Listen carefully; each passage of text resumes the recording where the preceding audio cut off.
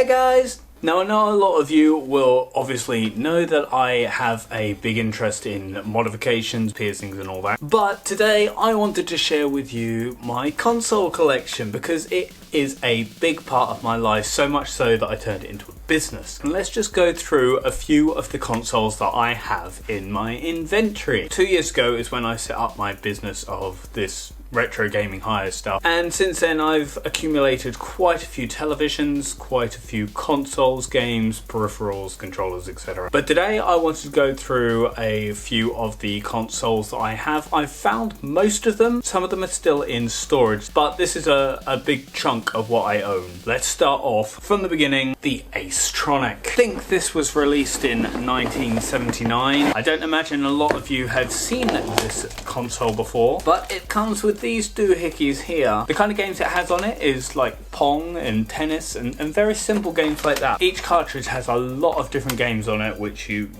choose with this button here, and then you load it up with this one, and then you start it with this one, and it's only 2-player. I don't have a Commodore 64, but I do have the Commodore A600. Back in the day, after cassettes, games ran on floppy disks. Now we're going to get to the more familiar stuff for most of you, well, some of you. Nintendo's first home console, the NES. A lot of you have probably seen one of these, but you've probably seen the mini version of it. This is the full-size version. You'd push the cartridge in and push it down, and then you would be playing. And then we move on to Nintendo's second home console, the SNES, or the SNES, or the Super Nintendo, whichever you'd prefer. Going along with Nintendo's 16-bit SNES console, we have Sony coming in on the action with the PlayStation 1. This one here, covered in Nintendo stickers, subtle isn't it? It's my original one from my childhood, and surprisingly it still works. Never had any problems with it, thank goodness. PlayStation 1s are pretty cheap to come across now. I also have Sega's Master System 2. Unfortunately, I haven't got the Master System 1 yet, but these were revolutionary because these came with built-in games. Both of these have Alex the Kid. Other ones had Sonic 2 built into them. So you didn't even need to buy a game with these. They came built in. And thanks to my friend Mango Mods, he has modified this for a composite out, otherwise you would be stuck with the aerial out. Sega then moved up into the 16-bit realm to match their Nintendo and Sony counterparts, and they brought out the Mega Drive 1. And then later on they decided they'd bring out the Mega Drive 2, which is slightly smaller, and I believe had slightly better audio as well. Now I know it won't be everybody's cup of tea, but Mango Mods gave me this as a present a little while ago. I had to show you. It's my modified Mega Drive.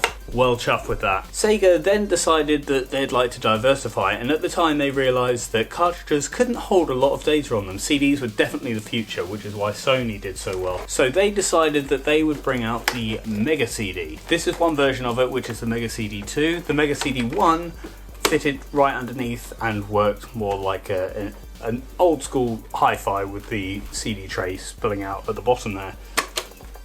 They did actually release a portable Discman-like version, which is just about the size of this. I think that was only released in Japan though. I think Microsoft were feeling a bit sorry for themselves and a bit left out, so they decided to bring out the Xbox. I had an Xbox. I think that's actually with Mango Mods at the moment being repaired. This is the second console they brought out, which is the 360. We have the matte one and the shiny one. One thing I did forget to mention that One thing that I did forget to mention is with the PlayStation 1, you could actually use a link cable, and a few games you were able to play over 2 different consoles on 2 different televisions. I don't know if many of you will remember Command & Conquer Red Alert, but that was one of them. There were a couple of driving games as well, and I think Doom and Quake. Sony carried this on for their second console, the PlayStation 2, where you would plug a lead into his, and then you could do the same in connecting multiple PlayStations together to play games like Time Crisis, which, if any of you have been to an arcade, you will know that Time Crisis is an awesome arcade shooting game. Next we move on to my favourite console ever created, the N64. And no matter what anybody says, I love the controllers for it. I do have a fourth one somewhere, but for some reason I can't seem to find it at the moment. Also worth mentioning, since we're talking about the PlayStations, after the PlayStation 1 was brought out, this little cute thing here was brought out. This is the PlayStation 1. It does have an awesome screen which again, Mango Mobs is fixing mine, but it attaches to the back and flips up. And talking about flip up screens, the GameCube did the same thing. In fact, I think the PlayStation 2 had one as well. GameCube had a screen that you could attach to the back and would flip up. A lot of people complain that the handle isn't big enough for hands, but I don't know, that feels like a good size to me. PlayStation then thought to themselves, okay, we need to up our game. Let's bring out the oh so originally named PlayStation 3. This is one of the original ones. They did do a slim version as well. I have a few of these dotted around the house. I use them as Blu-ray players because that was probably the best function of them. Until of course the laser went, which was quite common. After Nintendo brought out their oh so popular GameCube, they thought they'd change styles again and create a console that was mainly based around family fun. Now I'm sure most of you already guessed which console this is and probably own one, or at least have owned one in the past. It is the Nintendo Wii. Cheapest chips to get at the moment, by the way, so if you're looking for one, I'd get one now. Plus they're really easy to hack, so you can put whatever games you want on them. And also I have the cute little black one as well. They did bring out a red one, which I think is basically like a Wii Lite, like a Diet Wii.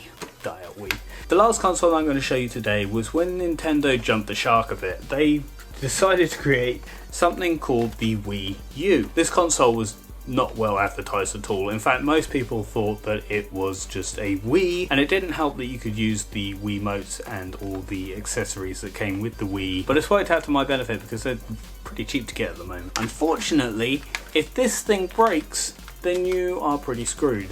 These things are probably the most expensive thing to replace. There were some pretty awesome games brought out on the Wii U. Plus the fact if somebody was watching the telly that the Wii U was attached to, you could use this as a television and control the game on this, especially the retro classic games. Of course, then Nintendo brought out the Switch, which was incredibly popular because it kind of modernized this into a fully portable system, as opposed to this, which you would have to be fairly close to this thing to be able to control it. Last console I'll talk about is the PS4, which I do have, but is mostly used again as a Blu-ray player, apart from the fact that I just got the new Toe Jam and Earl on it, which kicks ass, by the way. And of course there's some amazing horror games on there as well. Thanks for watching, guys. I hope you've enjoyed this little feature of most of the consoles that I own. If you have any of these at home or remember playing any of them, let me know in the comments down below. If you want to come and play these exact consoles and live in England, please